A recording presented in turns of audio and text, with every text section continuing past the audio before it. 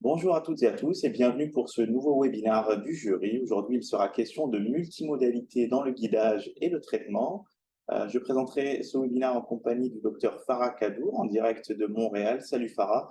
Et du docteur Nicolas Stakov en direct de Lyon. Salut Nicolas. Nous aurons la chance d'avoir comme invité expert le professeur Julien Garneau du CHU de Strasbourg ainsi que le docteur Gilles Goyot de la clinique RENA à Strasbourg également, pour nous accompagner durant ce webinaire. N'hésitez pas à poser vos questions sur le chat et puis on se retrouve un peu plus tard pour les questions-réponses.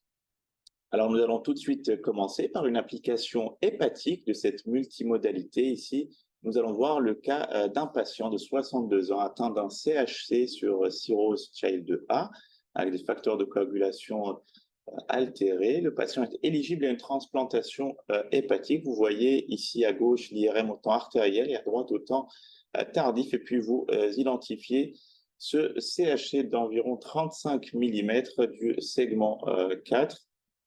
Voici au scanner sur la coupe axiale et la coupe coronale. Donc vous voyez que cette lésion est relativement volumineuse, qui a contact avec la veine hépatique moyenne et qui, au niveau de son bord inférieur, est à proximité du île. Si on se réfère au BCLC, l'algorithme décisionnel dans la prise en charge du CHC, ici nous sommes dans un stade précoce. Le patient n'est pas éligible à une résection, il est donc indiqué pour une ablation hépatique. L'alternative qui est proposée dans le cadre du BCLC, si l'ablation n'est pas faisable ou en cas d'échec, c'est la chimioembolisation. Et si on se posait la question différemment, c'est-à-dire quel pourrait être l'intérêt de combiner ces deux traitements dans certains cas de figure. La littérature a étudié cette possibilité, notamment dans le cadre des carcinomes hépatocellulaires de taille moyenne, entre 3 et 5 cm. Ici, vous avez le résultat d'une étude rétrospective sur 560 patients qui comparait la chimioembolisation seule, réalisée dans 300 cas, à la radiofréquence seule dans 115 cas et à l'association radiofréquence et chimioembolisation dans 109 cas. Cette étude rétrospective a été homogénéisée par l'application d'un score de propension. Et lorsqu'on regarde les variables ajustées, à gauche, les courbes de survie globale, on voit nettement le bénéfice de l'association chimioembolisation et radiofréquence par rapport aux deux autres groupes. Idem pour la survie sans progression sur la courbe de droite. Et donc, vous voyez aussi un élément intéressant qui est la courbe bleue qui correspond à la survie globale et la survie sans progression de la radiofréquence seule dans ce type de tumeur entre 3 et 5 cm.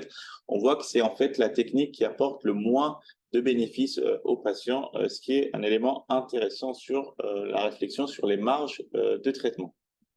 Donc, pourquoi ces lésions récidives? Alors, vous avez ici un exemple d'une ablation en rouge, et puis on voit qu'il peut y avoir une thermoablation qui est incomplète, soit parce qu'on a sous-estimé la taille de la tumeur, soit parce qu'il y avait déjà une micro-invasion vasculaire. On sait également que une des sources d'échec, c'est des micronodules satellites qui peuvent être à distance, parfois dans un segment adjacent au nodule principal. Et puis, on sait aussi que c'est une maladie qui va récidiver, même si on a un contrôle tumoral local. Ici, si on revient à notre patient, les éléments de difficulté de ce traitement, s'il devait être par thermoablation, c'est la présence potentiellement de lésions FI. Alors, on n'en est pas certain, l'IRM est confronté à des difficultés du fait d'un foie très hétérogène, mais on peut s'interroger là-dessus. Et puis, la deuxième difficulté potentielle, c'est cette proximité avec le île hépatique. Vous voyez la tumeur au niveau de son bord inférieur est à moins de 15 mm du île. Une ablation thermique à ce niveau pourrait donc endommager les structures biliaires. Le rationnel de la combinaison, c'est de commencer éventuellement par une chimioembolisation pour avoir un traitement qui soit régional, englober potentiellement les lésions FI, obtenir également une diminution de taille de la tumeur princeps, puis dans un second temps, aller traiter les nodules qui auraient été démasqués et le nodule principal. Donc, si vous voulez en savoir plus sur les traitements antitumoraux intra-artériels hépatiques et notamment la chimioembolisation intra-artérielle, vous pouvez aller revoir ce webinaire réalisé il y a un peu plus d'un an avec l'expertise du professeur Debert. Donc, étape numéro 1 chez notre patient, c'est de commencer par la chimio-embolisation radiale ou fémorale. La voie radiale apporte l'intérêt du confort pour le patient, pour potentiellement être éligible à de l'ambulatoire, même si ce ne sera pas le cas dans ce cas précis. On sait qu'on réduit les complications hémorragiques avec cette voie radiale. On est plus à l'aise potentiellement dans les troncs cœliaques qui comportent un sténose par ligament arqué. Néanmoins, attention à la voie radiale dans des cathétérismes difficiles, des artères extra-hépatiques, exemple l'artère diaphragmatique. L'irradiation est la même qu'on travaille par voie radiale ou fémorale. Et puis, l'avantage de la voie radiale, c'est qu'elle n'empêche pas de réaliser un CBCT et donc de bien évaluer les lésions. En pratique, lorsqu'on doit faire une voie radiale, il y a quelques prérequis. Alors, il n'y en a pas beaucoup. Le test de Barbeau, qui permet d'évaluer la compétence de l'arcade palmaire. Le diamètre de l'artère doit être au minimum de 2 mm. La ponction sera éco-guidée avec une aiguille 20 ou 21 gauche, un guide 0,21. Donc, on travaille avec du petit matériel et puis on injecte un cocktail antispasmodique pour éviter la thrombose de l'artère. La voie radiale gauche est une option. Ici, vous avez un exemple d'une installation tête aux pieds avec le bras à 90. En termes d'exposition au rayonnement pour l'opérateur, c'est quasiment la voie la plus idéale parce qu'on donne le côté au tube à rayon X. L'inconvénient, c'est que pour la 3D, réaliser un CBCT peut être délicat parce que le bras devra être en abduction et donc peut être compliqué chez certains types de patients qui ont de l'arthrose. L'alternative, c'est la voie radiale droite qui peut être également réalisée avec le bras le long du corps avec une installation standard. L'opérateur travaille comme s'il travaillait par voie fémorale. L'avantage, évidemment, c'est que pour la 3D, il n'y a aucune difficulté. L'inconvénient, c'est qu'on arrive par le côté droit et donc le TABC et la crosse aortique peuvent donner quelques courbures qui peuvent réduire la torquabilité des cathéters. Ici, vous avez un exemple chez un patient âgé. Néanmoins, c'est largement faisable avec une courbe d'apprentissage qui est très rapide. Lorsqu'on parle de voie radiale, finalement, l'élément freinateur, c'est le risque d'AVC. On sait qu'il y a un risque théorique de traverser avec le cathéter les troncs supraortiques, leur origine en tout cas. Et donc, les cardiologues qui ont une large expérience de la voie radiale ont comparé, vous voyez ici, sur plus de 1500 patients, le taux d'accident vasculaire cérébral et en comparant l'accès par la droite et par la gauche, vous voyez qu'il n'y avait aucune différence significative et que surtout, ce taux était extrêmement faible, 1 sur 1540, donc 0,06%. Et puis, il faut comprendre qu'il s'agit d'une approche cardiologique. Les cardiologues, pendant 1h30, ils vont travailler au niveau du segment 1, l'ostium des coronaires. Et donc, vous imaginez bien que pendant cette heure et demie, il suffit d'une erreur de purge, de quelques bulles d'air ou d'un peu de cailloux, qui va facilement avoir tendance à aller se loger au niveau des troncs supraortiques.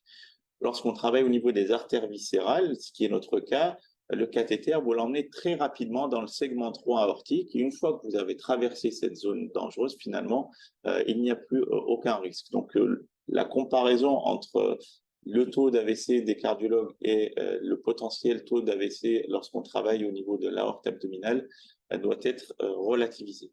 Donc, vous voyez, vous traversez cette zone dangereuse, vous arrivez au niveau du segment 3, puis du segment 4, hop, vous cathétérisez avec ou sans guide, parfois relativement facilement, donc l'artère hépatique commune. Et puis, à partir de là, on peut se poser une deuxième question parce qu'on parle de multimodalité. Donc, on va prendre le patient dans son approche. On sait que les chimio-embolisations peuvent être douloureuses. Alors, certains patients ne ressentiront rien, d'autres vont avoir des douleurs très intenses nécessitant une titration morphine assez rapide, parfois brutale, qui arrive au moment où les douleurs ont déjà commencé, ce qui peut être pénible et qui peut même être délétère pour la bonne réussite du geste.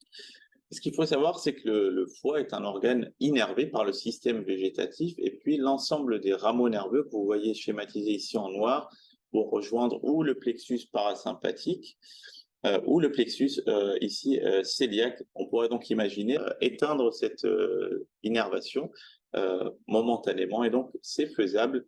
L'interrupteur étant le positionnement d'une petite aiguille au sein du île hépatique. Donc ça a été publié lorsqu'on fait une anesthésie loco-régionale au niveau du île hépatique dans le cadre de chimio-embolisation. on réduit de manière significative, ici sur cette étude randomisée, la douleur et le besoin de antalgique de palier 3. Concrètement, donc ça se fait sous guidage échographique. Vous repérez par cette voie sous-xiphoïdienne ou intercostale la veine porte, la graisse périportale ou véhicule sénaire. Et puis avec une petite aiguille, une PL20 de gauche, vous allez positionner votre aiguille jusqu'au niveau de cette graisse périportale. Une fois que vous y êtes, vous injectez un peu d'iode, vous vous assurez que le produit de contraste n'est pas intravasculaire et qu'il stagne bien comme un extravasat, qu'il ne passe pas dans le péritoine. Et donc à cet endroit-là, vous allez pouvoir injecter la ropivacaïne, un volume d'environ 20 cc sans dépasser 150 mg, qui est la dose toxique. Et donc cette anesthésie va durer à peu près pendant 8 heures, donc largement couvrir le geste et puis les quelques heures qui vont suivre l'intervention. Donc vous pouvez contrôler par CBCT le bon positionnement de votre aiguille et la bonne distribution du produit, si vous voyez, devant la veine porte et puis autour de chacune des branches, ce qui permet d'inonder largement le territoire périportal. Donc, quelques éléments à savoir, c'est que parfois, cet espace-là, vous n'y êtes pas exactement. Ici, vous voyez, on a une opacification du péritoine. Et puis, parfois, un peu plus à risque, on a une opacification de structure vasculaire ici de la veine porte. Donc, il est interdit d'injecter la ropivacaïne, donc ces anesthésiques à longue durée d'action en intravasculaire, du fait de risques cardiotoxiques et neurotoxiques. Donc, évidemment, vous faites toujours une manœuvre d'aspiration, vous injectez de l'iode. Et puis, si vous voyez que votre iode ne stagne pas et qu'il opacifie les vaisseaux, il suffit juste de se repositionner de quelques millimètres sous échographie ou sous scopie, puis vous arrivez largement à corriger le tir. Vous pouvez également réaliser cette approche sous scanner. Vous voyez ici une aiguille au niveau du heel, parfois plus facile, évidemment, dépendamment des morphotypes et de l'installation dont vous disposez. Donc, ceci étant dit, maintenant, il va falloir quand même réaliser le traitement. Et donc, vous voyez, l'artériographie permet d'identifier ce nodule. Et puis, parce qu'on l'a identifié, on va pouvoir aller positionner le microcathéter au plus près, ici dans une approche segmentaire. Évidemment, entre ces deux angiographies, il y a eu quelque chose d'important, d'indispensable. C'est la réalisation d'une artériographie 3D qui est devenu quelque chose d'incontournable pour le guidage, le bon guidage des chimio-embolisations. Vous voyez ici, ça permet d'identifier la tumeur, les éventuelles lésions phi, si on n'en voyait pas finalement. Également, ça permet d'analyser l'arbre vasculaire et donc d'identifier les artères qui vont participer à la vascularisation tumorale. Ici, l'utilisation d'un logiciel d'aide à la détection des artères nourricières avait confirmé l'impression qu'il n'y avait qu'une seule artère qui allait vers ce nodule, c'était cette branche du segment 8. Et donc, une fois que vous êtes en place, il va falloir administrer l'émulsion chimiolipidolée, émulsion que vous allez confectionner grâce aux recommandations de l'équipe du docteur Deschamps et du professeur Debert à l'IGR, de sorte à avoir une émulsion la plus homogène, la plus compacte et la plus consistante possible. Donc, une fois que vous avez fini d'injecter votre émulsion, vous voyez le tatouage lié à la captation lipidolée de la tumeur sur la gauche, et puis sur la droite, l'angiographie révèle la disparition du blush tumoral et la persistance d'artères perméables. C'est pour ça que la chimio-embolisation doit comporter obligatoirement un élément d'embolisation, et généralement, cette embolisation est réalisée avec de la gélatine, ce qui permet de potentialiser l'effet cytotoxique avec un effet ischémique prolongé. Donc, le contrôle angiographique final montre l'occlusion de l'artère cible sans embolie hors cible. Et puis, il est important de réaliser un contrôle de ce que vous venez de traiter par 3D. C'est un cone beam CT qui montre la captation lipidolée complète de la lésion. On voit le tatouage également du segment 8. On peut s'interroger sur l'absence de tatouage ici dans le segment 4. On le confirme avec une angiographie 3D post-traitement. Vous voyez cette branche du segment 4 qui vient à proximité de la tumeur. Néanmoins, la tumeur est complètement lipidolée, alors possiblement une artère qui, dans les mois à venir, va être la source d'une récidive en étant recrutée par les foyers tumoraux résiduels. Donc, ce patient a bénéficié d'un scanner de contrôle à 1 mois et vous voyez qu'à 1 mois, la captation lipidolée est complète. La tumeur a diminué de taille dans les 2 plans. Et donc, évidemment, maintenant qu'on a confirmé qu'il y avait une lésion unique, que cette tumeur a bien répondu à la chimioembolisation, l'étape 2 consiste à les détruire pour avoir un contrôle tumoral curatif. Donc finalement, cette première phase, c'est ce qui fait tout le travail parce que on se retrouve avec un nodule qui est lipiodolé, une visualisation qui est parfaite et donc la thermoablation devient extrêmement facile. Ici, elle a été réalisée sous scanner. L'avantage du scanner, c'est que vous allez pouvoir fonctionner le nodule selon son grand axe et donc être certain d'être parfaitement au centre du nodule. Et donc, voici le contrôle post-traitement qui montre une marge satisfaisante. Donc, évidemment, on peut aussi se poser la question de quel est l'intérêt de cette phase complémentaire. Pourquoi pas uniquement une chimioembolisation? Alors, vous savez ou vous ne savez pas, mais la chimioembolisation induit une nécrose complète que dans 10 à 20% des cas, même lorsqu'on est hyper sélectif et qu'on obtient un remplissage complet de la lésion. Je vous montre un exemple ici d'une lésion d'environ 5 cm avec une chimioembolisation réalisée dans l'artère du segment 4. Vous voyez le nodule tatoué à ce niveau. Et le contrôle à 1 mois qui montre une nécrose complète, donc une réponse complète en MRECIST. Et puis, si on reprend le patient à 6 mois, ben on voit qu'il y a une récidive qui se situe sur le versant opposé où se situait l'artère nourricière, à la frontière entre le segment 4 et le segment 8. C'est donc ça la raison pourquoi la chimioembolisation ne peut pas être curative. C'est que d'une part, il y a des foyers tumoraux qui vont résister à cette ischémie et à la chimiothérapie. Et puis, dans les zones frontières, lorsqu'on se situe entre 2 segments, vous savez que donc partie du nodule peut être recrutée par une autre artère que vous n'aurez pas traitée au moment du traitement initial. Donc, ce patient a bénéficié d'un traitement complémentaire par thermoablation qui permet d'obtenir une marge suffisante pour garantir le caractère curatif à long terme. Donc évidemment, tout ceci n'est pas complètement clair, évidemment, et même si j'ai essayé de l'être le plus possible. Pourquoi? Parce qu'on ne sait pas quelle est la méthode endovasculaire la plus efficace. La chimioembolisation conventionnelle est celle qui permet d'avoir un bon couple entre une efficacité antitumorale et une opacification du nodule pour un traitement ultérieur du fait de l'intérêt du lipiodome. La méthode percutanée de référence dans ces cas de figure, évidemment, on peut considérer que le micro-ondes hépatique est devenu le traitement standard dans les ablations hépatiques. Et donc, on peut de facto considérer que ça peut être le traitement d'ablation standard.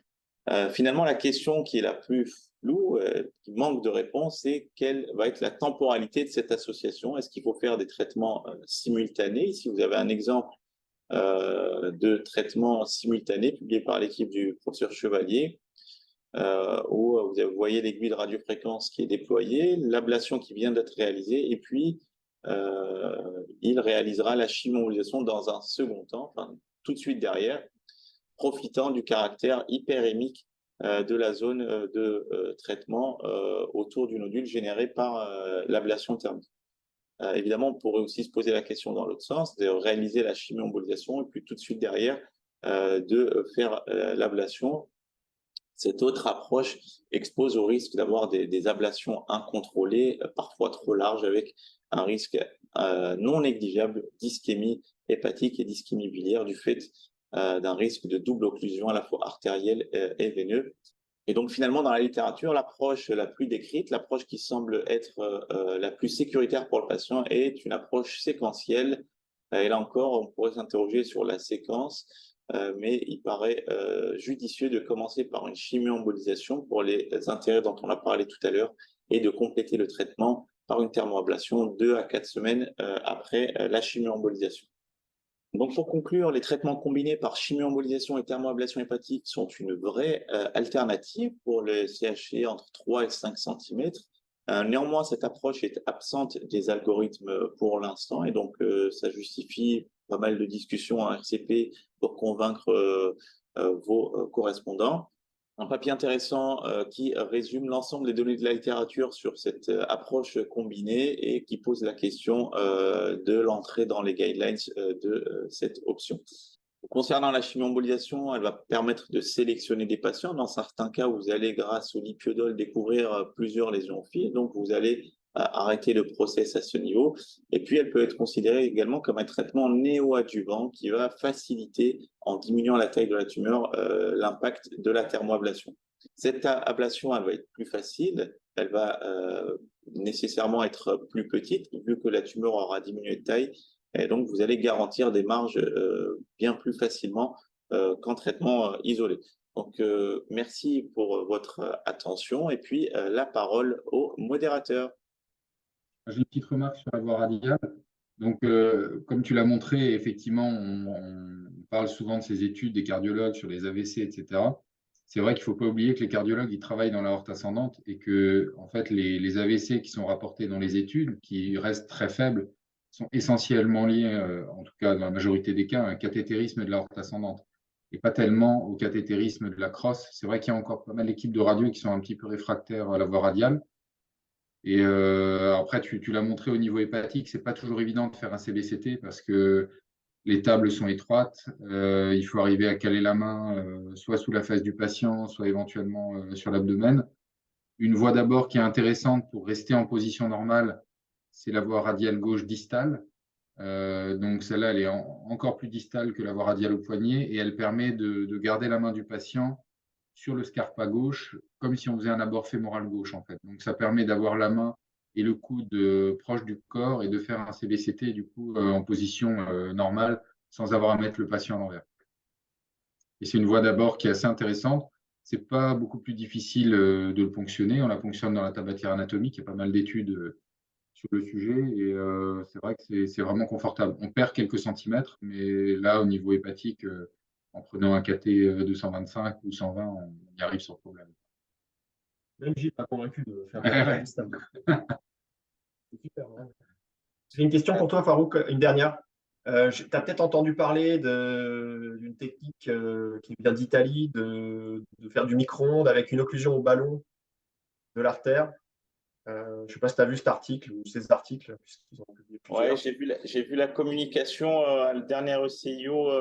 Qu'est-ce que tu penses de ça? Bah, ça rejoint ce qu'on disait tout à l'heure. Je trouve qu'on majore énormément les risques d'ischémie hépatique, d'ischémie biliaire, parce que finalement, bah, l'artère est dévascularisée, elle va probablement se spasmer, et puis on sait qu'il y a des thromboses de petites veines portes de moins de 3 mm. Donc, pour ceux qui n'auraient pas vu, il s'agit de gonfler un ballon d'occlusion dans l'artère segmentaire, enfin, sous réserve en fait qu'il y en ait qu'une, parce qu'il y en a quand même souvent plusieurs.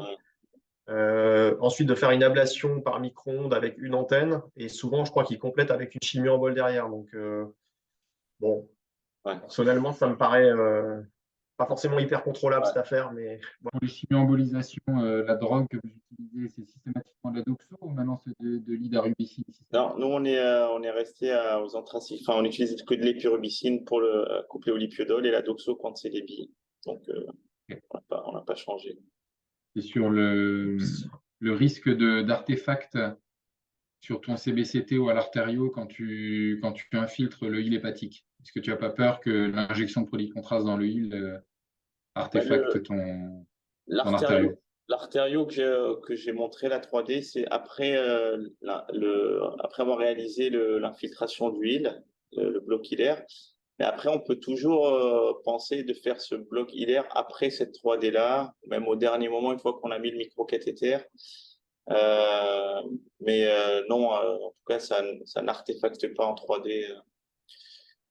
Après, nous, on fait des 3D, on les injecte avec du contraste pur et on injecte beaucoup de contraste avec 5 secondes de retard. Donc, le territoire vasculaire est largement imprégné. Quel volume et quel débit alors sur une rotation à 8 secondes à peu près? Si on est dans l'artère hépatique commune, moi j'injecte au moins 3 cc, voire 3,5 pendant 10 secondes, et donc 35 cc d'iode injecté à 3,5 cc, 5 secondes de retard et 5 secondes de rotation. Ok. Juste un mot sur justement les blocs hilaires. Quand tu injectes dans le hile, ça peut se voir en échographie seule quand on injecte normalement. On peut deviner. Donc, si vous avez peur d'opacifier avec trop de contraste, c'est possible de le faire que en écho. Après, c'est vrai qu'il faut être sûr que ça ne parte pas en intravasculaire, ce qui peut être. Ouais. Parce que Faut être sûr de parfois, son coup. le cas que j'ai montré, là où on voit la veine porte spacifiée, quand on aspire, il ne se passe rien. Donc, je ne sais pas Ouais. si c'est par décollement de quelques membranes que se fait cette opacification, mais ouais, on ne le voit pas forcément avec le test d'aspiration. C'est pour ça que je pense que ta technique est plus safe. Merci. Donc, pour être dans les temps, parce qu'on n'y sera pas, on donne la parole à Farah Kadour, donc, qui est une ancienne collègue et non moins amie, qui est à toi la parole, Farah. Merci Farouk. Donc bonjour à tous, merci Farouk de m'avoir proposé de parler justement de ce sujet. Donc merci pour ton super topo. Donc moi on va faire la transition, on est passé du foie, on va passer maintenant à du vasculaire, où moi je vais m'attacher de parler des endophytes de type 2, où là encore on va parler multimodalité. Et pour illustrer ça, je vous ai mis ici une petite image où on voit donc une fuite à proprement parler, et vous demandez est-ce que vous iriez plutôt la colmater en passant par des canalisations, ou bien de manière percutannée en venant colmater par l'extérieur. Donc, juste un petit rappel, je ne vais pas être très longue sur les endophytes de type 2. Donc, pour parler des endophytes de manière plus large, c'est, on va dire, la complication un peu, entre guillemets, attendue lorsqu'on met une endoprothèse aortique pour un anévrisme de l'aorte abdominale, sachant qu'il y a 5 types d'endophytes, et les endophytes de type 2 sont les types d'endophytes qui sont les plus fréquentes. Elles vont survenir de 20 à 40% selon les études, 20 à 40% des cas après une endoprothèse aortique, et vont représenter 50% de l'ensemble des endophytes. Après, en fait, le problème de ces endophytes de type 2, c'est que l'évolution, elle n'est pas forcément prévisible, parce qu'il y en a où on va les voir, mais qui vont pas évoluer, ou ne vont pas engendrer d'augmentation au niveau du sac. Donc, c'est pour ça qu'il n'y a pas de véritable consensus sur la prise en charge de ces endophytes de type 2. Sachant que les artères en question qui vont réinjecter le sac, ça va être on va dire les deux grandes habituelles, ça va être l'artère mésentérique inférieure ou bien des artères lombaires. Une chose à garder en tête toutefois sur les endophytes de type 2, c'est la notion de timing, c'est-à-dire quand est-ce que cette endophyte va survenir. Si elle va survenir moins de 1 an après la pose de l'endoprothèse aortique, on va parler à ce moment-là d'endophyte précoce, sachant que celles-ci, ça va être en fait celles qui vont dans la très grande majorité des cas résoudre de manière spontanée toute seule, alors que celles qui vont survenir plutôt sur plus long terme, donc à plus de 1 an après les VAR, à ce moment-là, ça va être des endophytes tardives, et celles-ci ont un taux de résolution beaucoup moindre. Et donc, c'est pour cela chez ces patients-là, il faut continuer à les suivre. Et peut-être qu'on va plus se poser la question d'aller faire quelque chose, justement, si on voit l'endophyte qui survient plus d'1 an après les VAR.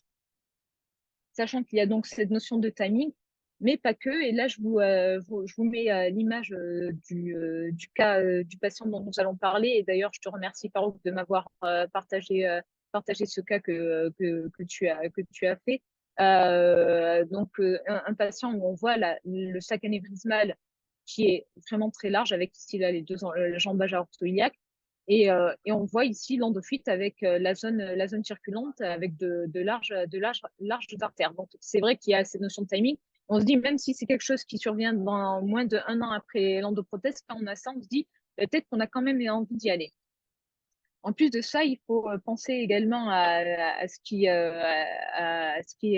revient dans la littérature, sachant que, comme je le disais, il n'y a pas vraiment de vraies recommandations franches, étant donné que ce qu'on peut trouver par les guidelines, donc pour les sociétés de chirurgie vasculaire, ils vont dire d'aller faire quelque chose, ou proposer du moins, parce que ça reste un faible grade de recommandation, un grade C, mais ils vont proposer d'aller faire quelque chose si on a une expansion du sac de plus de 5, voire pour la société européenne de plus de 10 mm. Après, puisqu'il n'y a rien vraiment, comme je le disais, d'acté, il y a certains auteurs qui vont aller proposer, on va dire, d'autres éléments qui vont nous faire dire, bah, OK, on est plus à même, on va se dire, on va plutôt y aller. C'est notamment si cette endophyte, elle persiste, donc si elle est là depuis plus de 6 mois, si ça forme une sorte de nidus, donc une sorte que ça devient une sorte de malformation en réalité au sein du sac, et que ce nidus-là est large, si les artères qui y viennent sont nombreuses, et d'autant plus si elles sont larges, ou bien si on a une haute vélocité, donc de grosse vitesse de circulation dans le sac anévrismal. Donc, pourquoi on se pose la question de cette endophyte et pourquoi nous, on va dire, en tant que radiologue, on n'est pas très à l'aise de se dire on laisse une endophyte dans le sac, parce que intrinsèquement, quand on pense théoriquement, on se dit bah oui, il y a quelque chose qui circule dans le sac, donc au final, ça va augmenter la pression et ça va risquer de rompre le sac. Et ça, c'était un cas qui était survenu chez un patient qui était suivi pour endophyte de type 2, qui a finalement effectivement rompu. Là encore, la littérature, elle est faible en soi pour savoir le taux de complications à type de rupture, sachant que selon les revues, ils disent autour de 1%, mais encore une fois, en fait, on ne sait pas comment se comporte vraiment un sac anévrismal avec une endophyte en son sein. Donc, chez notre patient, là, vous voyez son échographie où on voit effectivement la circulation avec ici les branches circulantes. Donc là, si on voit ça, on se dit, oui, nous, on serait plus partant pour aller faire quelque chose. D'autres éléments qui, chez ce patient, vont nous faire nous dire qu'on va aller faire quelque chose, c'est l'évolution entre le scanner. Donc là, je vous ai mis le scanner initial 2021 qui était après la pose de son endoprothèse, sachant que ce patient, qui était un patient de 86 ans, malheureusement, suite à une complication lors de l'endoprothèse, il a perdu son sein lors de la pose. Mais on avait occlu l'AMI au préalable pour éviter justement ces endophytes. Et on voit qu'entre 2021 et 2023, on a une croissance au niveau du sac, donc qui prend 6 mm. On a effectivement ici, que vous avez fléché, l'endophyte qui devient de plus importante en termes de taille. On voit que les artères, la donnant, qui sont les îlots lombaires, ici, on arrive à bien les suivre et qui sont hypertrophiées. Donc là, effectivement, quand on voit ça, nous, on se dirait, bah oui, allons faire quelque chose. C'est une endophyte qui persiste, une endophyte tardive. Le sac est en croissance. Les vaisseaux qui l'alimentent sont larges. Donc, allons-y, faisons quelque chose. Maintenant qu'on s'est décidé oui, on va faire quelque chose, maintenant, comment on va le faire? Et c'est là où il faut toujours garder en tête, avoir un plan de match en tête entre les différentes approches qui sont possibles. La voie, on va dire, la plus classique, ça va être aller boucher par l'intérieur, donc de manière endovasculaire, où on va aller cathétériser l'artère en question qui alimente le sac à rétro par notre voie d'abord artérielle, donc classique, une voie d'abord artérielle fémorale classique. Ou bien, après, en tête, il faut se dire, bah, si celle-ci ne marche pas, parce que souvent, bah, ce sont au niveau du cathétérisme, ça peut être compliqué, il faut garder en tête qu'on peut faire une approche percutanée, où on va aller fonctionner directement dans le sac. Et là, pareil, dans la littérature, il y a différentes voies d'abord percutanées qui sont rapportées. Par exemple, la voie translombaire, la voie transcave ou la voie transabdominale, dont nous allons discuter dans cette slide, où on va parler d'abord rapidement de la voie translombaire avec les avantages et inconvénients de chacune. La voie translombaire, ça va être la voie percutanée qui est le plus établie, qu'on va préférentiellement faire si l'endophyte, elle va être plutôt du côté gauche du sac. Et en gros, on va aller piquer avec une aiguille fine, donc microponction sous guidage, dans le meilleur des cas, sous guidage scanner, notamment si on a une salle qui nous permet d'avoir dans le même temps le contrôle CT puis la fluorose. Sinon, après, sous contrôle fluoroscopique, c'est décrit historiquement sous contrôle fluoroscopique. L'inconvénient de cette voie, c'est que par contre, ça va être un décubitus ventral pour aller piquer. Donc, effectivement, pour le patient, c'est pas très agréable. La voie transcave, elle, c'est une voie qui est un peu moins rapportée. Elle est plutôt rarement faite. Où en gros, il faut identifier à quel niveau de la veine cave on va appliquer au travers de la veine cave avec une aiguille type Rochuvida ou Palopulto, qui va nous permettre d'accéder au niveau du sac anévrismal. Et donc, celle-ci va être préférentiellement faite pour des raisons anatomiques, si l'endophyte va être situé plutôt du côté droit du sac anévrismal. Et puisqu'on son inconvénient, c'est que puisqu'on va traverser la veine, il y a des risques théoriques de migration au travers de la veine cave intérieure et de fistules aortocave et d'hémorragie rétropéritonéale. Enfin, pour la voie transabdominale, donc, qui a été la voie choisie chez notre patient, son avantage, c'est que le patient il va être sur le dos, donc confortable pour lui. On peut faire un guidage en temps réel par échographie pour vraiment aller là où on veut, vraiment se guider de manière optimale. Il faut y penser notamment chez les patients maigres, où pour le coup, l'échographie va fortement va être le moyen vraiment idéal pour se guider. Après, le risque théorique, là aussi, ça va être le risque de perforation digestive pour lequel vous pouvez limiter et éviter ce risque. Bon, déjà en vérifiant qu'il n'y ait pas d'interposition digestive. Et après, en appuyant vraiment fort avec votre sonde d'écho pour justement chasser les anses digestives éventuellement interposées. Et après, il y a le risque d'hémorragie intrapéritonéale en passant par voie transpéritonéale. Donc, notre patient, là, vous voyez que son sac anévrismal, il est vraiment carrément, on va dire, sous la peau. Hein. On va dire le trajet à faire, il est très court, très simple, sans interposition. Donc, vraiment, c'est le cas idéal et ça a été fait chez notre patient sous locale sédation. Hein. Les pour et les contre de chaque approche endovasculaire versus percutanée, c'est encore une fois pour endovasculaire, la voie d'abord conventionnelle, donc c'est vrai qu'on est plus habitué à celle-ci et donc on est forcément se sent plus confortable. Ça permet de faire des aortographies de contrôle et notamment d'exclure un autre type d'endophyte que juste une endophyte de type 2. Par contre, comme je l'ai précisé, souvent ces artères iliolombaires ou même de la mésentérique inférieure, ça va être des artères qui peuvent être difficiles à cathétériser et remonter vraiment tout le trajet jusqu'à atteindre le sac. Donc, c'est ce cathétérisme qui va être le challenge de cette voie d'abord. Par contre, la voie percutanée, elle, pour le coup, on arrive directement dans le sac. Donc, au niveau cathétérisme, c'est bien plus simple. On peut s'aider d'outils, notamment de CBCT, si on a besoin de planifier la trajectoire. Et par contre, les inconvénients, c'est ce qu'on disait dans les diapositives précédentes en fonction de la voie d'abord percutanée choisie.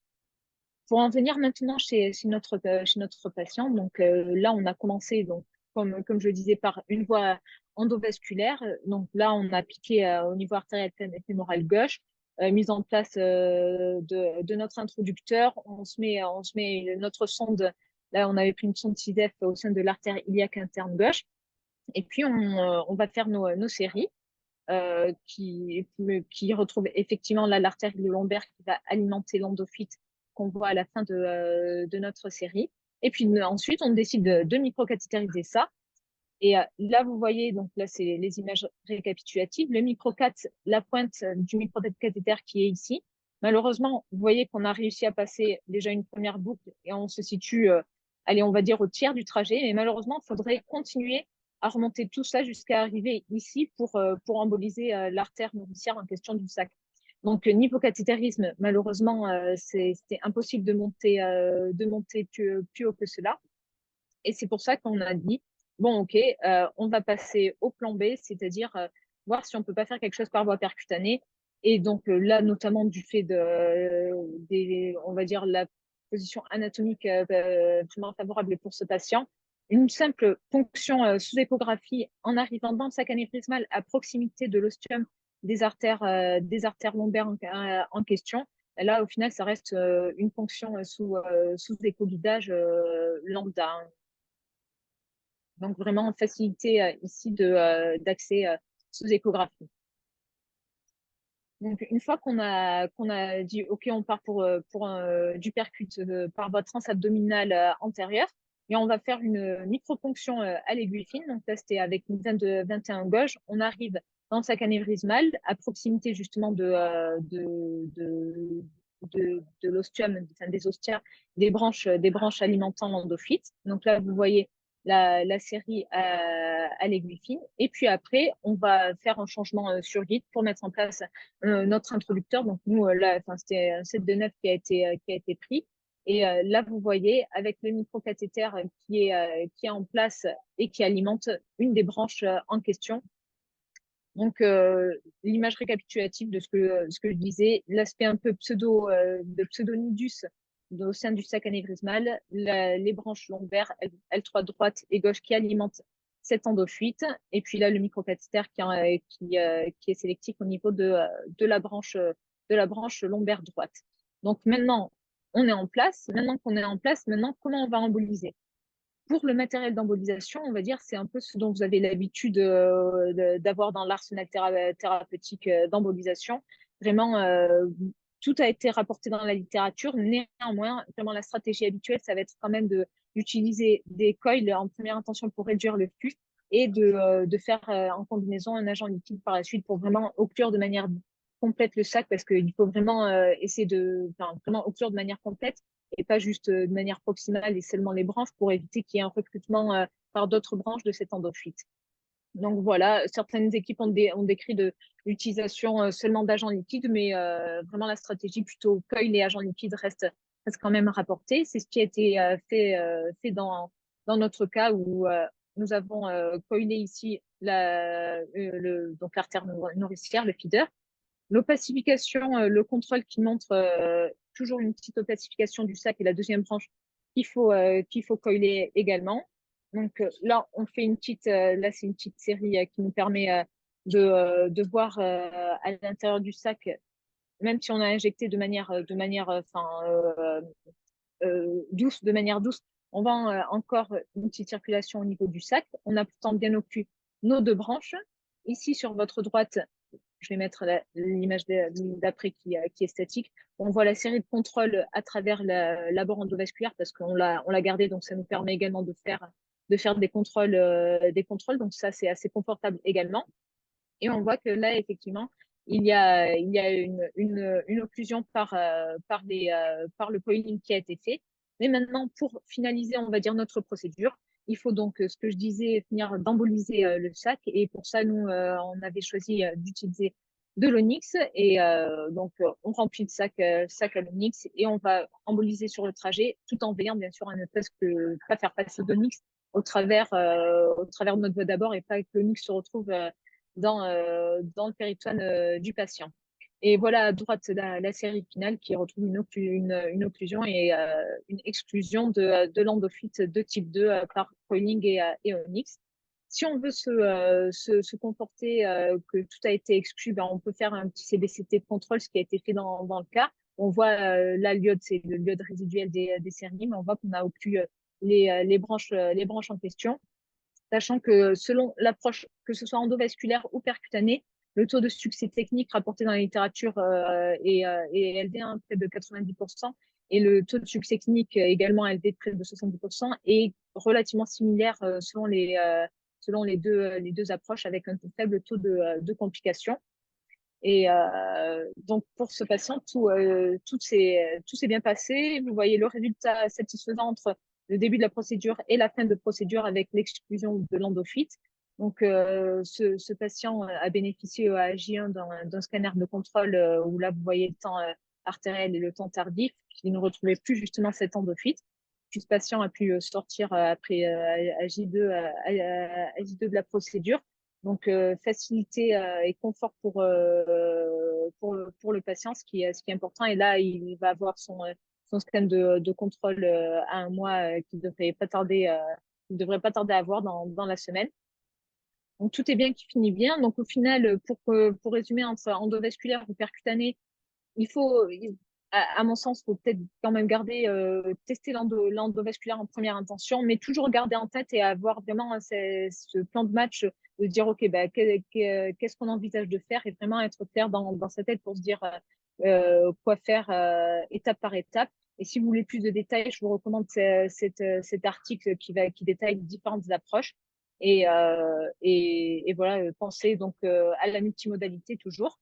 Je vous remercie. Moi, j'en ai fini pour le vasculaire. Et ensuite, on va passer à l'arbitrage ostéo avec Nicolas après la modération et les questions. Je vous remercie. Merci beaucoup pour cette excellente présentation et super résultat. Je pense que même à la fin du troisième topo, on en reviendra au fait que alors tout le monde n'y a pas accès, mais tous ces gestes, globalement, si on a accès à un angio-CT, c'est quand même termes de précision et probablement d'irradiation, quand on doit répéter les 3D, c'est quand même pas mal. Y compris peut-être pour des accès à des sacs qui ne sont pas aussi faciles, aussi directs que dans le cas présent. Le patient était très maigre.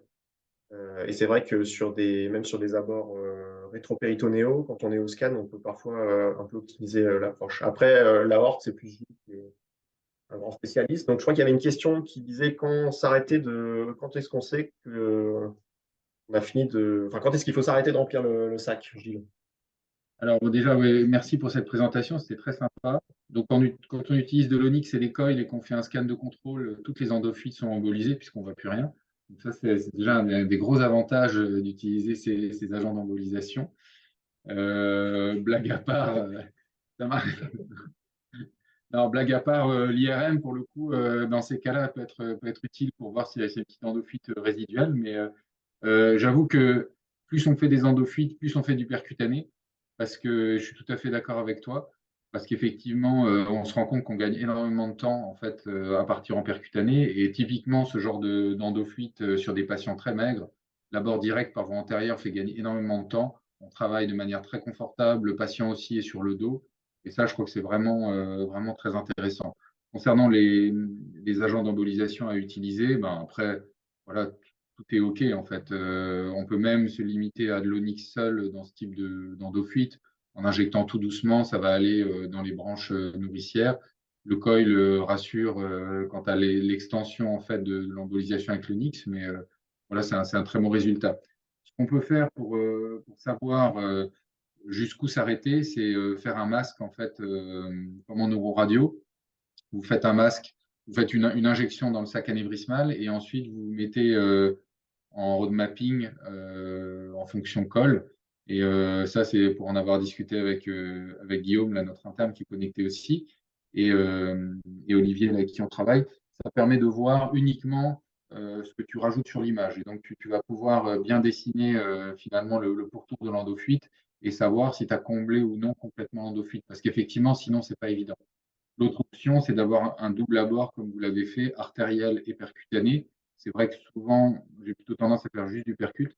Et à ce moment-là, si on choisit cette voie d'abord, mais la voie d'abord artérielle, là aussi, tu peux l'envisager par voie radiale, juste pour avoir une sonde dans la horte pour pouvoir vérifier si ton endofuite est complètement occluse ou pas. C'est une option et ça te permet de savoir si tu peux t'arrêter ou pas. Parce qu'effectivement, sinon, soit il faut injecter par la voie latérale de l'introducteur, si tu passes directement à un microcathéter, par exemple, soit tu es un petit peu coincé parce que tu ne peux pas rincer ton microcat au DMSO, puis réinjecter et recommencer, quoi. C'est un petit peu compliqué. Une dernière question, parce qu'apparemment, on n'est pas très à l'heure. Est-ce que tu arrives toujours, Gilles, à occlure les pédicules en percute? Ben non, je trouve que là, vous aviez bien cathétérisé parce que c'est pas toujours évident d'avoir la stabilité et de pouvoir naviguer dans les endophytes. Après, c'est vrai, quand elles sont anciennes, il y a une certaine endothélialisation, donc on arrive à s'appuyer un petit peu sur les parois internes de l'endophyte, ce qui n'est pas le cas quand c'est assez récent, où tu vas naviguer plutôt dans le thrombus. Donc, tu peux très vite te retrouver en fait, en dehors de l'endophyte. Mais on n'arrive pas toujours justement à rentrer dans les branches. C'est là où l'onyx est assez intéressant, plus que la colle, même en diluant un peu la colle, c'est qu'on va vraiment maîtriser l'embolisation. Et là, tu peux simplement, en te mettant proche des branches nourricières, injecter de l'onyx doucement et en prenant un onyx pas trop fluide ou équivalent et tu vas arriver à bien emboliser le sac et les branches. Merci, Gilles. Merci beaucoup. Au topo suivant, qui va plus être osteoarticulaire par Nicolas Stakov de Lyon. Alors moi, j'ai essayé de vous présenter des cas un peu d'ostéo-articulaire, de multimodalité et discuter des traitements à proposer chez certains patients. Alors, je vous ai préparé 3 petits cas et durant le traitement, on va discuter si on fait de la consolidation, de la thermoablation par du chaud, par du froid et s'il y a un intérêt de faire une embolisation. Alors, le premier cas, c'est une histoire de cheville. C'était une patiente de 62 ans qui venait pour une douleur de la cheville droite. Et en fait, à la base, elle avait une douleur au niveau du bassin de l'aine, elle n'arrivait pas à marcher. On lui a fait une ostéosynthèse radiologique de la branchiole pubienne droite. Et après, elle était toute contente, mais juste quelques jours après, elle a eu une douleur à la cheville. Il y a une radio un petit peu suspecte. On a fait ce scanner et vous retrouvez ça. Et quand vous voyez ça, quel traitement on peut proposer? Alors nous, on a décidé de juste faire une consolidation sous guidage radiologique. C'est une patiente qui ne pouvait pas opérer par les chirurgiens. Et en réunion de RCP, on a décidé de lui faire un embrochage sous guidage radiologique. C'était sous guidage scanner-escopie. On a fait ça sous sédation. Donc là, vous avez la scopie de face. Là, vous avez un scanner en couple axial où on voit les 3 axes des trocars. Et ensuite, ce qu'on a fait, c'est qu'on a lâché des petites broches dans les différents plans de l'espace. Et ensuite, après, on en a profité pour cimenter dans ces trocars. Donc, je vous montre le contrôle de fin de face, où on a pu remplir quand même pas mal la lésion. Et le contrôle de profil. Et voilà la radiographie de contrôle. Donc, il y a eu une nette diminution de la douleur de manière assez rapide et une reprise de la marche avec l'aide d'une bonne de marche. Donc là, je vous ai mis un petit peu l'observe parce que ça a été un gros débat de discussion chez nous. Il y a une diminution démorphinique. Elle a pu reprendre la marche. Les oncologues étaient très contents. Les chirurgiens ortho étaient assez surpris, mais il faut avouer que ça a quand même bien marché. Et donc voilà ce cas, je voulais juste discuter avec vous un petit peu de ça. C'est des petites broches. C'est un labo particulier, ça, Thiebaud, qui est français. Et en fait, ça a un petit avantage, c'est pas très connu. Nous, on commence à faire quelques cas là-dessus. Et en fait, ça permet d'avoir un béton armé, comme les vis, en 4 forces complexes. Et c'est intéressant parce qu'il n'y a pas de tête de vis. Donc, par exemple, là, dans cette cheville où la peau, elle est juste sous l'os, ça évite qu'il y ait un contact cutané. Il peut y avoir une bonne cicatrisation. Quand on le fait, il faut le mettre dans plusieurs axes ou plusieurs plans de l'espace. Et ce qui est intéressant, c'est que ça peut se faire sous sédation et on a même fait des cas sous anesthésie locale. Et puis pour les gens qui font pas d'ostéosynthèse, c'est entre guillemets plus facile à manier et ça peut faire office un peu de cimentoplastie plus. Voilà. Alors je vous montre un deuxième cas. Alors c'est une histoire de rachis. Je remercie d'ailleurs Sylvain Grange qui m'a un peu formé à cette technique. Je vous l'ai mis en photo en hommage. Donc c'est un patient de 45 ans avec des douleurs lombaires et on a découvert un angiome agressif avec envahissement épidural et il n'y avait aucune autre cause à cette douleur. Donc quand vous voyez ça, vous dites comment on le traite? Est-ce qu'on fait de la consolidation? Est-ce qu'on va faire de la thermoablation? Ou est-ce qu'on va plutôt aller l'emboliser? Alors pour ce patient-là, on a choisi 2 modalités. On a fait de la consolidation et de l'embolisation. Alors, en gros, l'angiome, c'est une malformation un peu vasculaire avec des petites veines et des capillaires. Donc, on a commencé par un premier temps d'aller emboliser les petits capillaires de l'angiome. Donc, on a commencé par mettre une sonde pigtail. On a vérifié qu'il n'y avait pas d'Amkevis. Alors, on était en L3, on avait moins peur sur des cas un petit peu plus hauts. On voit que l'angiome ici, il est un petit peu hypervasculaire. Et ensuite, on allait sélectionner les petites artères de l'angiome pour injecter des microparticules. Donc, on injecte des microparticules. Là, on a injecté des 500. Et en allant récupérer les petits feeders de l'angiome, on arrive en injectant à diminuer la vascularisation. Et là, on espère assécher le lit capillaire de l'angiome. Donc ça, c'était en décubitus dorsal. Et après, on retourne le patient. Et là, en décubitus ventral, on va scléroser l'angiome pour vraiment scléroser les lacs veineux. Donc, nous, on utilise un mélange d'alcool lipiodol. Généralement, on prend 30% de lipiodol, 70% d'alcool. Ce qui est vraiment important quand on fait ce geste-là, c'est pas oublier de faire une corticothérapie IV et la suivre après pendant le geste parce qu'il y a un risque d'œdème majeur. Et en fait, nous, on met 2 quarts, plutôt plus postérieur que d'habitude, et on va injecter en faisant une phlébographie du produit de contraste. On voit à peu près combien on injecte de produit de contraste avant qu'il y ait une fuite. Là, on voyait qu'on opacifiait bien en arrière l'espace épidural. Là, c'est une belle fuite sur la peau du patient. C'est pas très joli, ça. Une fois qu'on a fait ça, on sait que si, par exemple, on a injecté 5 ou 6 cc avant qu'il y ait une fuite ou opacifier l'espace épidural derrière, si on injecte un tout petit peu moins du mélange qui est un peu plus visqueux, on a moins de risque de fuite. Et ça, c'est le contrôle final où on avait quand même assez bien opacifié avec le lipiodol et on espère avoir une bonne sclérose de l'angiome. Donc ça, c'était le contrôle à 3 semaines. Donc ça, c'était avant. On voit qu'il y avait un net bombement dans l'espace épidural. Là, il est encore un peu là, mais il est nettement diminué. Et à 3 semaines, on fait une consolidation, car il y a un risque fracturaire majeur. Donc voilà, le message clé, c'est que ces angiomes vertébraux agressifs, ils peuvent être traités quand ils sont stade 4 et quand ils sont en départie molle par embolisation plus ou moins sclérose, et après on fait une cimentoplastie, parce qu'il y a un risque quand même fracturaire majeur. Et on rappelle que les stades 3, où il y a juste un angiome agressif au sein du corps vertébral, peut être traité uniquement par cimentoplastie. Et dernier petit cas, c'est le cas numéro 3. C'est un patient de 70 ans qui naît pour des douleurs du moyen fessier résistantes aux infiltrations. Donc, c'était quelqu'un en ville qui lui faisait plusieurs infiltrations pendant 3 mois. Bah, le diagnostic différentiel de la biopsie du moyen fessier, ben, parfois, c'est la métastase. Et donc, ce patient, il avait des douleurs mécaniques et tumorales avec d'importants réveils nocturnes et des boiteries à la marche. Donc là, on se demande également, pardon, et voilà, je vous montrais le TAP qui a confirmé, il y a une petite tumeur du rein et la biopsie a confirmé que c'était une tumeur à cellules claires. Donc, quel traitement on propose dans ces cas-là?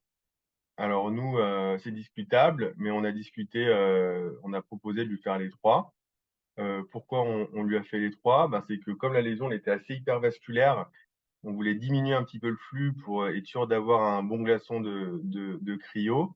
Et en plus de ça, on voulait essayer de marquer la lésion pour qu'au scanner, on puisse bien la voir. Parce que nous, malheureusement, on n'a pas de chance, on n'a pas encore l'angio-OCT, on l'aura que dans 2 ans. Donc voilà, c'était vraiment très vasculaire. C'était au niveau de l'artère glutéale supérieure, le tronc postérieur. On a mis quelques petits coils pour éviter d'envoyer des microparticules au niveau musculaire. Donc voilà l'artériau. Là, il fallait faire attention parce qu'il y avait un retour veineux précoce. Donc on a pris des billes plus grosses que d'habitude quand on fait des métastases. On avait mis cette fois-ci du 500.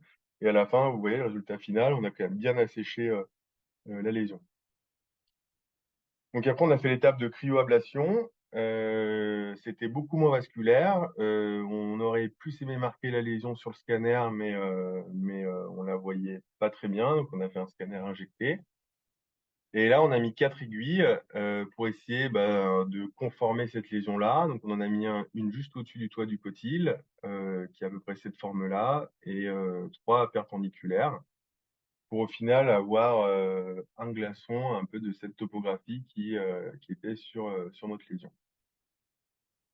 Et enfin, 3 semaines après, on a fait une ostéosynthèse cimentoplastie du toit du cotyle parce que la cryoablation est à risque de fracture. Donc, on le fait dans un second temps parce qu'on ne peut pas le faire lors de la cryoablation, que le ciment ne se remplit pas bien et c'est compliqué de le faire après le geste. Là, la cimentoplastie, elle n'est pas non plus parfaite. On aurait aimé être un peu plus bas, mais au final, il y a une amélioration des douleurs du patient après le geste. Voilà, et le petit message à retenir des métastases osseuses, c'est qu'en fait, il faut vraiment écouter le patient, l'examiner cliniquement, parce que il faut savoir utiliser la thermoablation quand il y a des douleurs tumorales ou des envahissements tumorales. Et par contre, quand il y a une fracture pathologique, là, on va plutôt utiliser la consolidation, mais ce qui n'empêche qu'on peut utiliser les deux en même temps pour jouer sur les 2 tableaux. Voilà. Merci beaucoup, Nicolas, pour ces 3 cas qui illustrent bien ce qu'on peut faire en ostéo-articulaire et la multimodalité. Alors, Farouk, on est à 20h05, on a le temps un peu de quelques questions, tu remarques? Grand plaisir, ouais. Non, mais restez, j'ai une surprise après, donc restez. Donc, je pense déjà, là, c'est encore une belle illustration.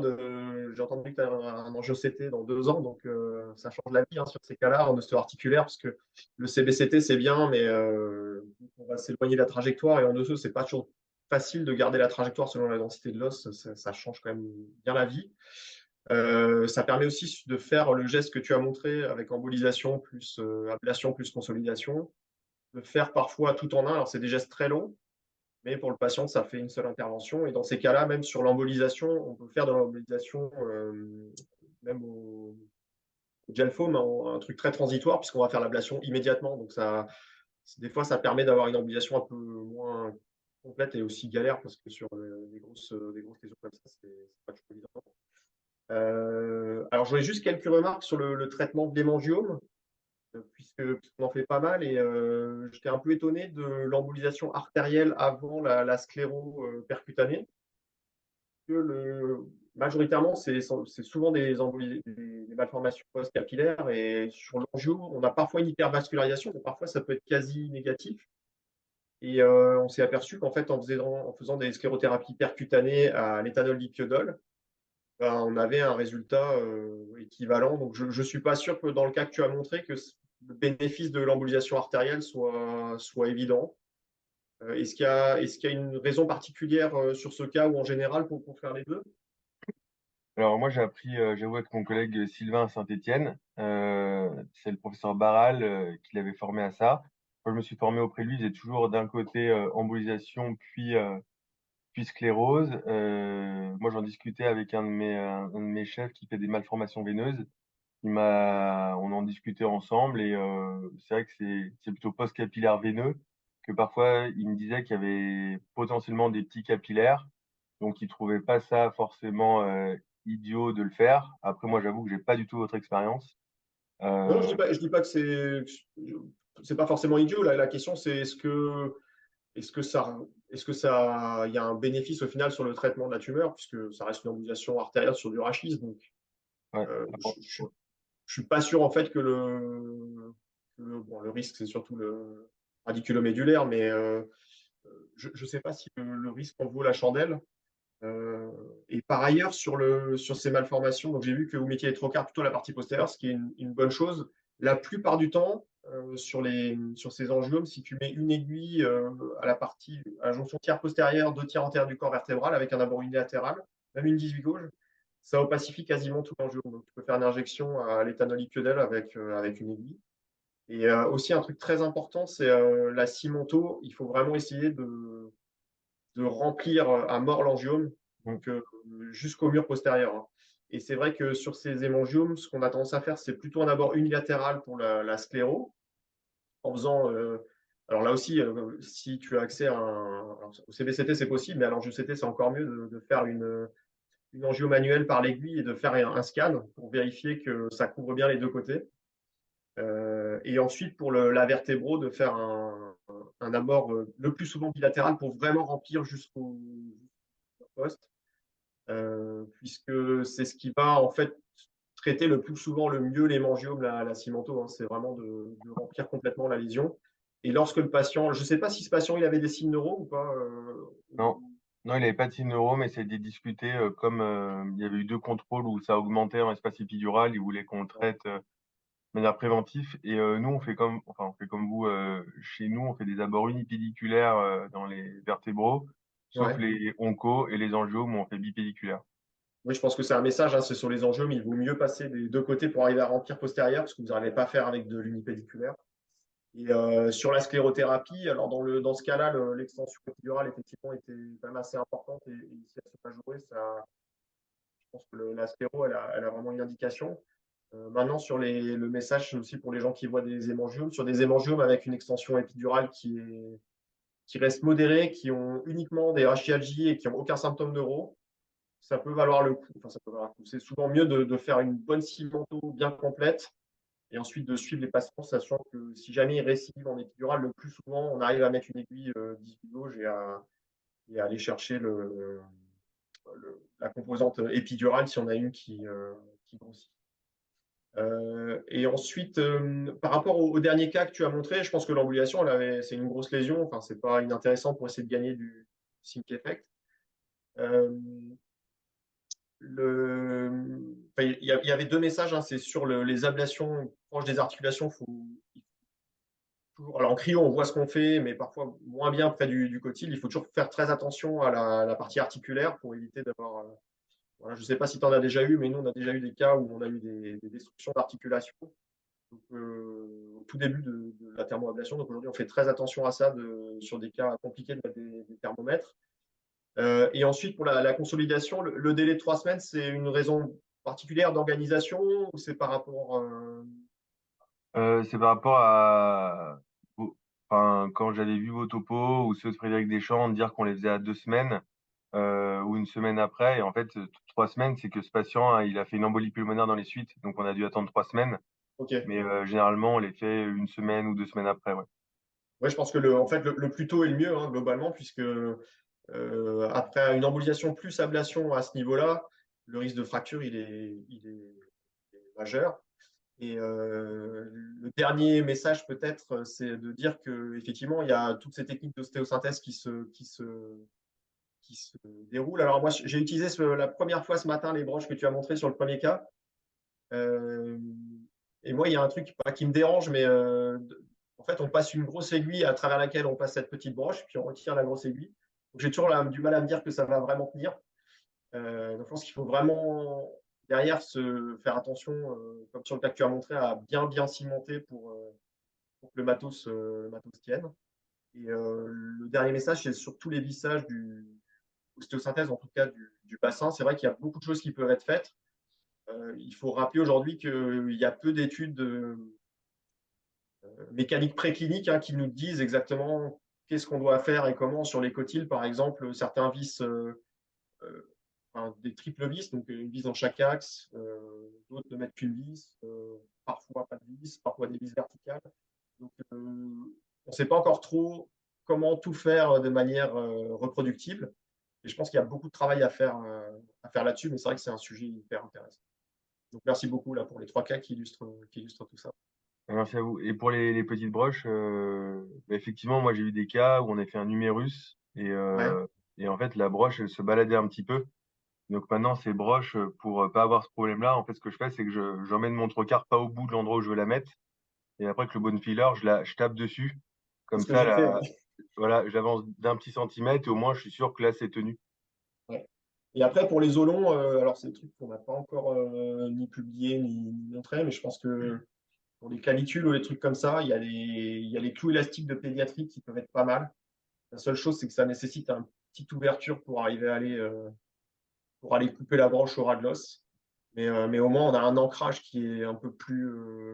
Parce que parfois, ce qui est dur sur ces métastases, c'est de se dire le matos que j'ai mis, est-ce qu'il va tenir? Le ciment, on sait que plus ou moins il tient, mais de temps en temps, le matériel peut migrer et ça peut être problématique. Donc, je pense que la technique que tu décris d'engager la lésion avec la broche et de la pousser dedans au bone filler, c'est une très bonne solution plutôt que de la mettre à travers le.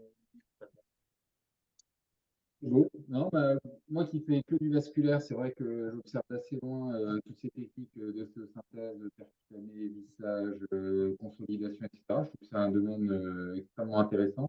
Il y a un champ libre parce que j'ai l'impression que les orthopédistes, les chirurgiens du rachis s'intéressent pas tellement à tout ça. Ils aiment bien plutôt tout ce qui est dégénératif ou post-traumatique parfois dans certains centres. Mais l'oncologie, c'est vrai qu'il y a beaucoup de choses à faire. C'est très intéressant, je pense, sur le plan mécanique, justement, toutes ces questions qui se posent de consolidation, vissage, béton armé, comme tu disais. Et c'est vrai que j'avoue que c'est un domaine qui m'intéresse pas mal. Je crois que je vais commencer à faire Ah, du cimento un peu là, pour il faut venir, démarrer. il faut venir travailler au CHU, là. Allez, là. Et moi, je vais faire des aortes, on est bien. Allez, Il va y avoir des morts. on va mettre les Non, non, c'est bon. Je passe pas Merci beaucoup pour les topos, là, Farah et Nicolas. Merci à Julien et Gilles là, pour les pertinences de la modération. Je trouve que vous avez été particulièrement attentifs, vous avez tout relevé. Toutes les l'onyx qui flashait trop, l'embolisation de l'artère alors que c'est de la veine. Enfin, c'est bon. Merci en tout cas d'avoir contribué à ça. Donc, comme vous savez, c'est le dernier webinaire de l'été, puis on se retrouvera au JFR 2023. Ça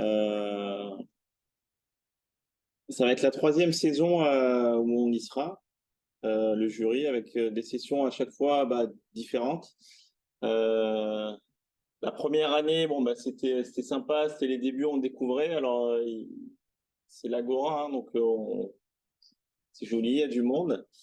Donc, on avait aussi fait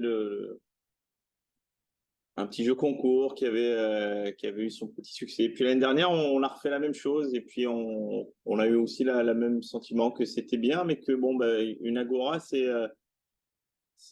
un théâtre, c'est un lieu d'affrontement, de débat, d'échange. Et donc Mathieu, là, qui faisait son topo, il a échangé avec ce brave monsieur. Et donc, on a décidé d'un peu tout changer là pour cette année.